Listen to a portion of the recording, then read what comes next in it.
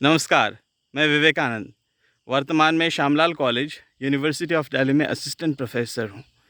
मैं मूलतः कुक्का मेट्टा, भामरागढ़ तहसील और जो गढ़चिरौली ज़िले में आता है महाराष्ट्र राज्य, वहाँ का मूल निवासी हूँ।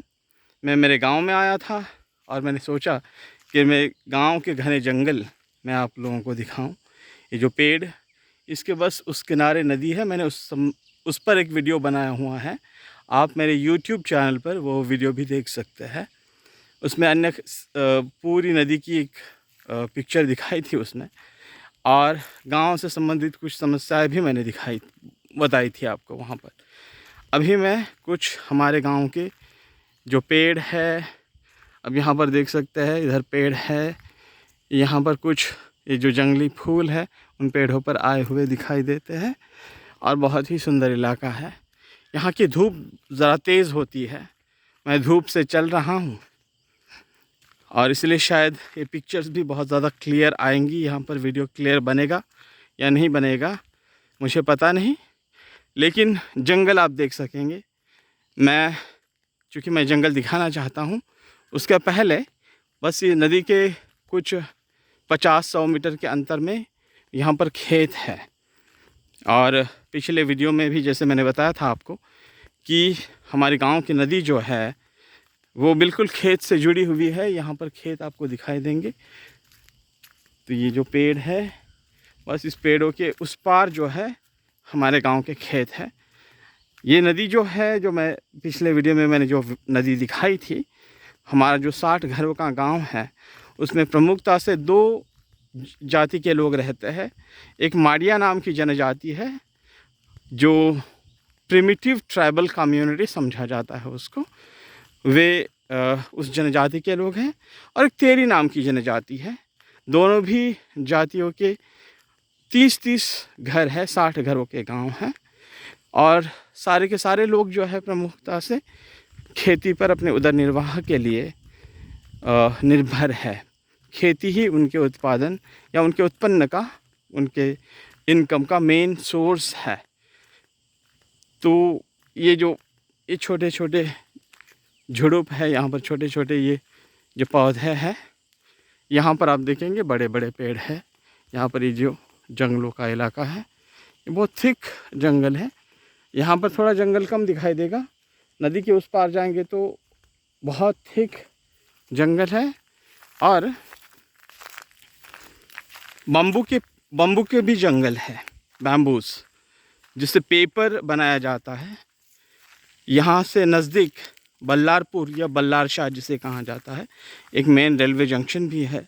वहाँ पर पेपर मिल है, पेपर इंडस्ट्रीज़ है। तो उसके लिए जो रॉ मटेरियल है वो सब हमारे एरिया से ही जाता है। ये एरिया जो है इसे गढ़चिरौली ज़िले में है। और थोड़ा हमारे गांव के 20-25 किलोमीटर अगर आगे जाएंगे हम, तो उधर कुआ कोड़ी, बिन्ना गुंडा, इस प्रकार के गांव हैं। वे बहुत ही अति दुर्गम हैं, अति पिछड़े हैं। वहाँ तक रोड्स ठीक से रोड नहीं है। और कहा जाता है कि उधर जो माओइस्ट लोगों की छिपने की मुख्य जगह जो है वो उन्हीं इलाकों में है। हमारे गांव में भी अक्सर आते हैं। इन दिनों में चूँकि ऑपरेशन ग्रीन हैंड की फोर्सेस बड़े पैमाने पर यहाँ पर डिप्लॉय हो चुकी है, इसलिए उनके आवागमन का वो जो फ्रीक्वेंसी थी, उनकी आने जाने की फ्रीक्वेंसी वो बहुत कम हुई है। लेकिन उनकी नज़र बिल्कुल बनी रहती है, कौन क्या कर रहा है, कौन एंटी नक्सल एक्टिविटीज़ में सम्मिलित है, इन सब चीज़ों की पूरी तरह से उनको खबर रहती है। ये हमारे गांव के खेत, ये हमारा खेत है। यहाँ पर ये कुछ पेड़ हमको दिखाई देंगे। बिल्कुल नदी के 50 मीटर के अंतर में ही ये खेत है।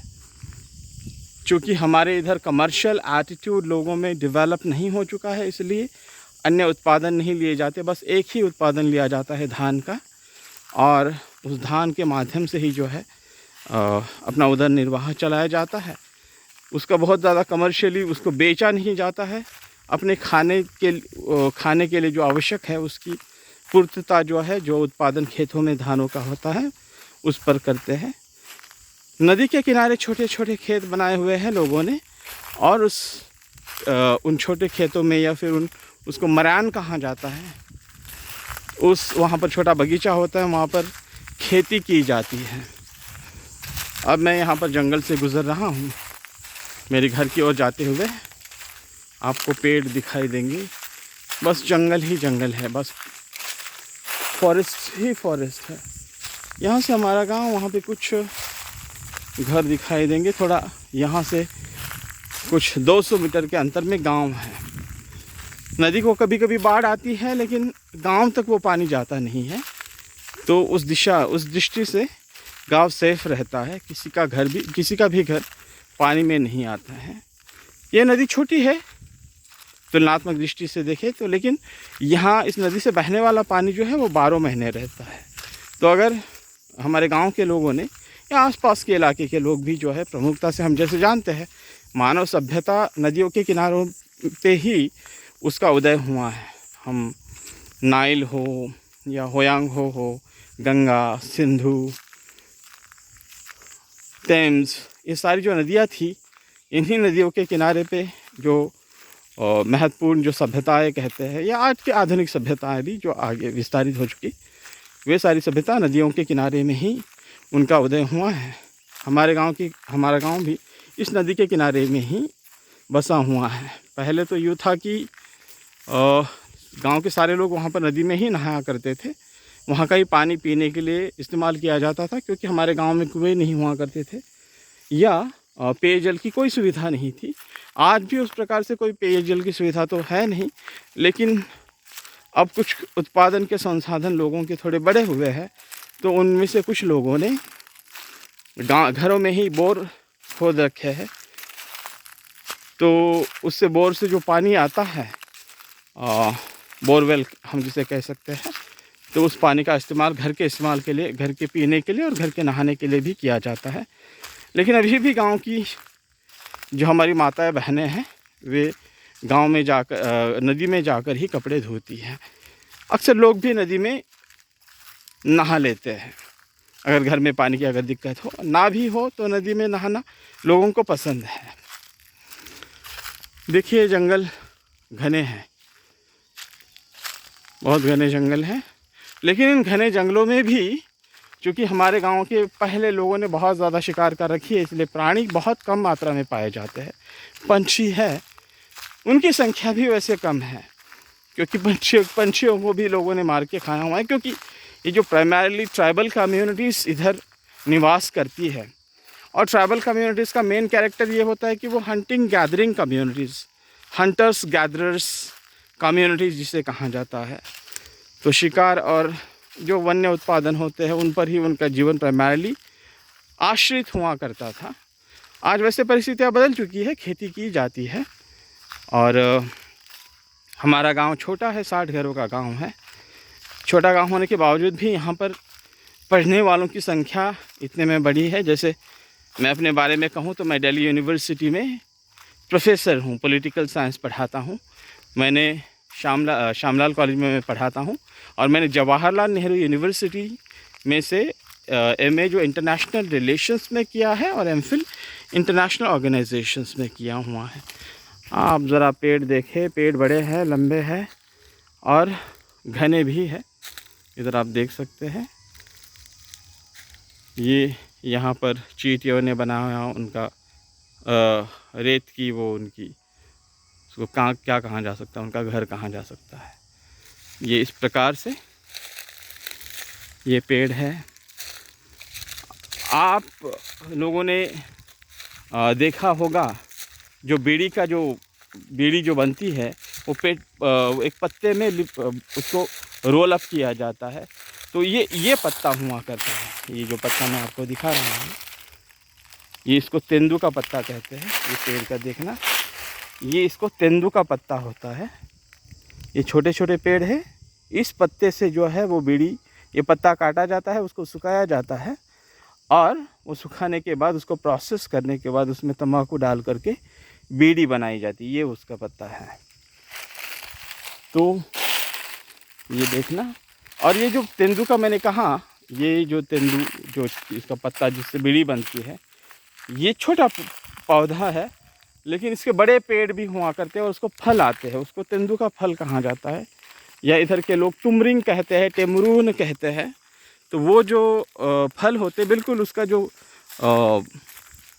उसकी जो टेस्ट होती है वो टेस्ट चिक्कू का जो फल होता है उसके प्रकार से।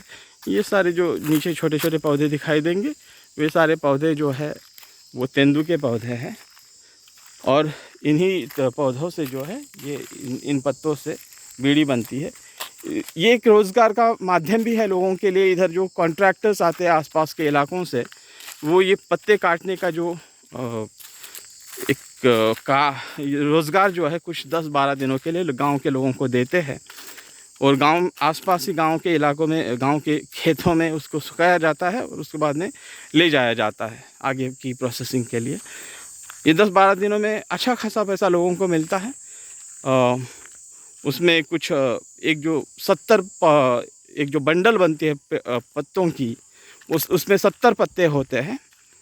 वो 70 पत्तों की एक बंडल इस प्रकार के 100 बंडल्स अगर लोग बेचते हैं बना करके, तो उनको 1100 रुपया, 1150 रुपया इस बार अब कुछ 10-12 दिनों में काटे जाने वाले हैं शायद ये पेड़। ये जो 10-12 दिनों में काटना शुरू हो जाएगा। और ये सारी प्रोसेस जो है कुछ 10-12 दिनों तक चलेगी। और उसको जो है लोगों को जो है वो कॉन्ट्रैक्टर कुछ 1150 रुपया देने की बात उसने कर रखी है। ये सारा जंगल है। अब मैं चलते चलते मेरे गांव पहुंच रहा हूं और उसमें हमारे गांव भी दिखाऊंगा। गांव बिल्कुल अभी भी आप कहेंगे कि गांव प्राइमरीली जो भारत के गांव होते हैं उसी प्रकार का ही हमारा भी गांव है। ये जनजाति गांव है प्रमुखता से, लेकिन घर वैसे ही है जैसे जो गांव में घर होते हैं। छोटा गांव है। घर भी लोगों के छोटे होते हैं लेकिन दिल बड़े होते हैं। यहाँ से मैं अभी जब गुज़र रहा हूँ तो आप देखेंगे कि वहाँ सामने आपको घर दिखाई देंगे। प्रमुखता से माड़िया जनजाति के लोग हैं। मैं माड़िया भाषा बोल पाता हूँ। क्यों बोल पाता हूँ मतलब मैं बचपन से माड़िया भाषा, माड़िया और मराठी, ये दोनों भाषाओं को भी मैं अपनी मातृभाषा समझता हूँ। ये दोनों भाषाएं बोलते हुए मैं बड़ा हुआ हूँ। अभी इंग्लिश बोलने लगा हूँ। तो ये देखना हमारा गांव अभी आ रहा है। आम तौर पर जैसे अन्य गांव में भी होता होगा, ये जो धान की जो पौधे होते हैं वो सूखे हुए पौधे, उसकी इस प्रकार की गुड़ी बनाई जाती है। इस प्रकार से गुड़ी जो आगे देखेंगे वहाँ पर वो पाइल बनाया जाता है, उसको रखा जाता है और बैलों के खाद के लिए बैलों के खाद्य मतलब बैलों के खाने के लिए उसका इस्तेमाल करते हैं। बैल खाते हैं उसको। ये हमारा भी गांव आ रहा है। ये गुड़िया आप देख सकते हैं। इधर हमारे गांव के कुछ घर इधर आप सामने देखेंगे।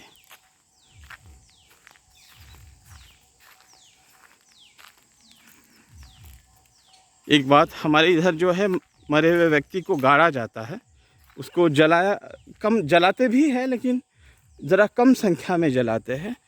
जनरली उसको गाड़ दिया जाता है, मतलब उसका जो अंत संस्कार जो होता है वो उसको दफनाया जाता है, गाड़ नहीं दिया जाता है, दफनाया जाता है। तो ये देखिए आप, यहाँ पर कई सालों पहले किसी की मृत्यु भी होगी, उसको दफनाया गया है। उस पर पत्थर इस प्रकार से रखे जाते हैं। ये हमारा गांव, जो मैंने कही थी गुड़ी, जिसमें जो बैलों के खाद के लिए या बैलों के खाद्य के लिए जो बनाया जाता है, एक वो है। ये बाम्बू के पेड़ की गांव में भी है। इधर बाम्बू के पेड़ लगाए हुए हैं लोगों ने। ये हमारा गांव अंदर 60 घरों का।